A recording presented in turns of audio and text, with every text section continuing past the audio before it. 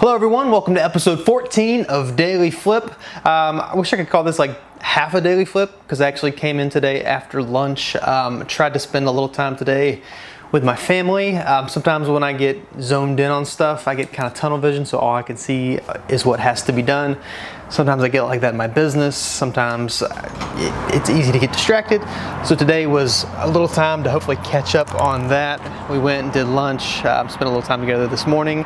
So if you're anything like me, especially if you're a man, it's very easy for us to do that. I'm only 30 years old, so I'm not trying to give you some great wisdom or advice that supposedly I have, because I don't. But I notice in my life, it's very easy to get distracted. So if you're married, if work or if career or if the softball league or whatever is distracting you from what's really important, and for me that is my family. I mean, if you were to ask me the most important things, the family is up there. It's way above work, it's way above making videos for you guys.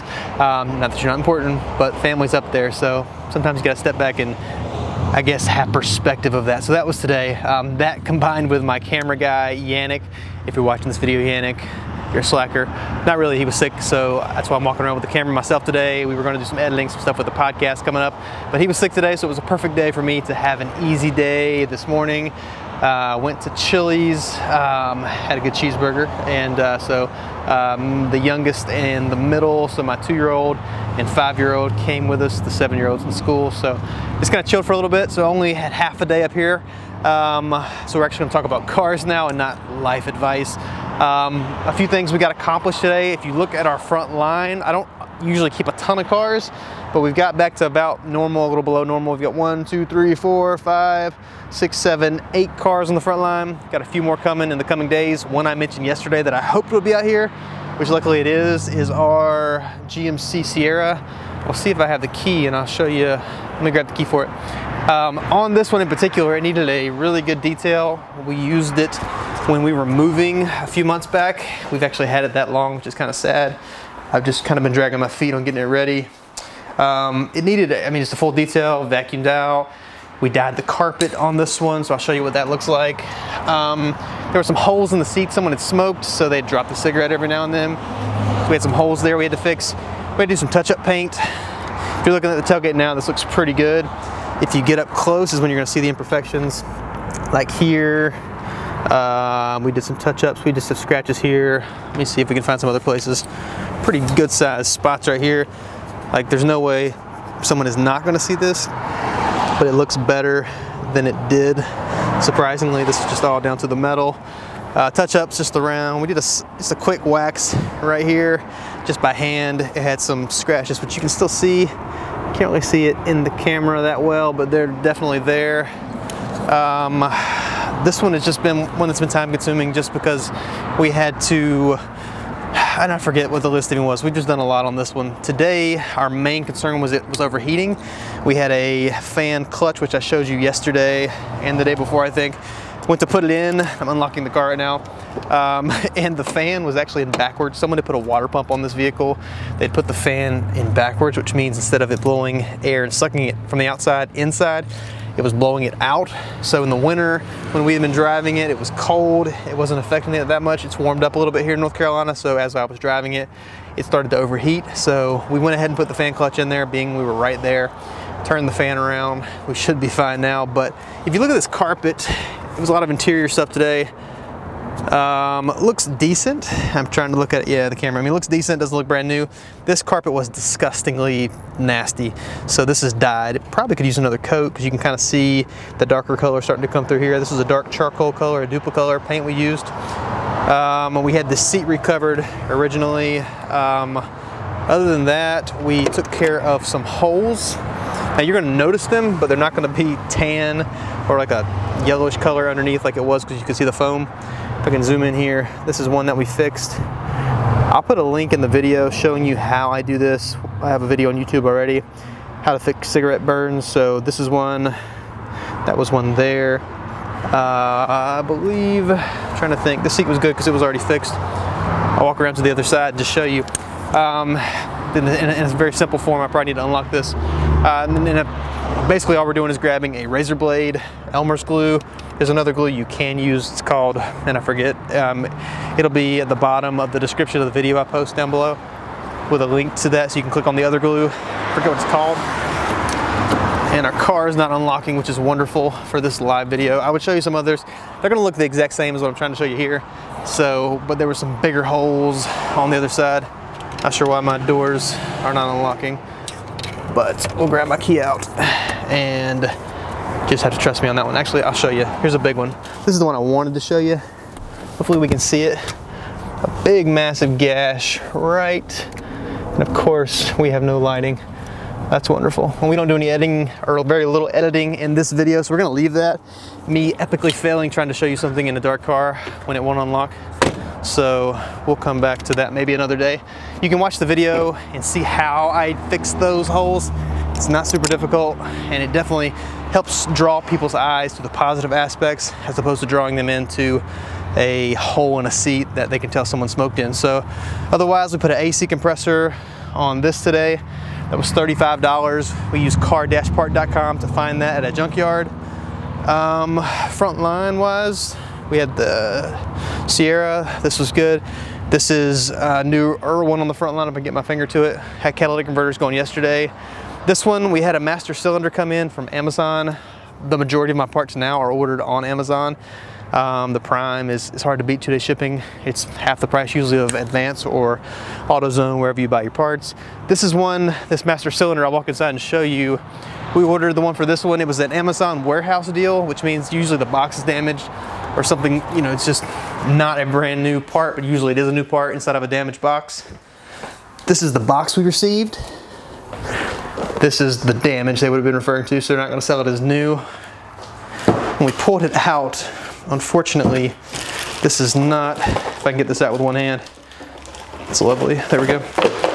This is definitely not a master cylinder for a 2006 Mercury Montego.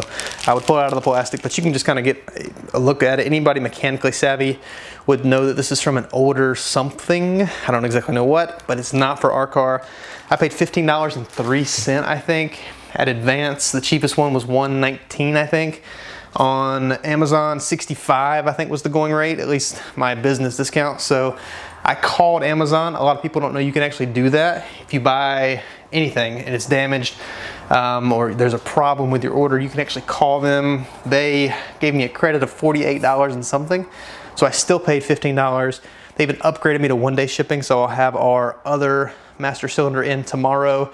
We were really close to the cutoff date on the shipping, so it might actually be Thursday when we have it. But either way, we're gonna get a brand new master cylinder for $15 and I think it was 3 cents. So this one will go back. They'll send a return label. I don't know what they're gonna do with it because it is the right box, right part number and everything, just the complete wrong part. So for us, we still get a $15 master cylinder, which is all we wanted, and we'll have that one ready to go. It's on the front line. If someone came in to drive it, they're not allowed to. It's just out there to look pretty. So that is that. Otherwise, inside, we have got our Wrangler, which has not been touched since we did the bed liner. We showed that yesterday, I believe. This is a Jeep Grand Cherokee we've mentioned before, the one with 280 something thousand miles. Everything so far has been good. We had a starting issue that ended up being the starter. This is the starter that was taken out of it right there. The way that we determined that the starter was bad is when we turned the key inside, we were getting nothing. And so turning the key, nothing, nothing, nothing. Someone crawled under it while the key was being turned. When they tapped on the starter, it started right up. That let us know it was the starter. What actually caused the starter to go bad is we have a heater core, and I can't actually show you because the vehicle's up on the lift, but there's a heater core line that comes out into the engine compartment that's leaking. Turns out that's right above the starter, so as that was leaking, it was dripping around on the starter, probably caused it to fail. Water and electrical components usually don't mix very well. So the starter on this one goes, if I can show you, and again, I might epically fail with my lighting. I'm not the one doing this. My mechanic has been up under here, so I'm trying to find it behind him. I was assuming it was right in this area up in here somewhere, but as you can tell, I was not the one turning wrenches because I can't find it, which is not cool, especially for a video when I'm trying to show it. So I know it was up in here. He had the tire off because he was right up in here. I don't have a flashlight on me, so I can't actually peek up in there. So have to trust me that it's somewhere up in there. The vehicle's in pretty good shape overall, just looking under it. He's got the engine supported here. If you can see, for a vehicle with 280 something thousand miles, we've got a small little seep on this tiny little oil pan on the bottom. Transmission isn't really leaking. If you look up in here, you can see the transmission pan. If I can get up in there without smashing my camera, the light's not gonna refocus, but the transmission's in here. It's pretty dry. Maybe a few small seeps around the gasket. Otherwise, a few projects that we have coming up. Our Jaguar has been giving us the transmission issues. We got it up on the lift today. We were trying to see if there were any electrical problems or connectors damaged. We tried to find the input speed sensor, which is what the code refers to that it's getting right now. Apparently it's internal because there's no external sensors we can find. There's a cover on the front that it must be under. That's all we can figure. So that's this car here. I'll probably be driving this tonight. We undid the battery. We shook the wires around. Maybe something got jarred loose. I don't know. So we're gonna try this one tonight. Hopefully it doesn't leave me stranded, but it wouldn't be the first time. That's not fun to have to call your wife and let her know you're broke down and she has to come pick you up. So hopefully that's not the case tonight.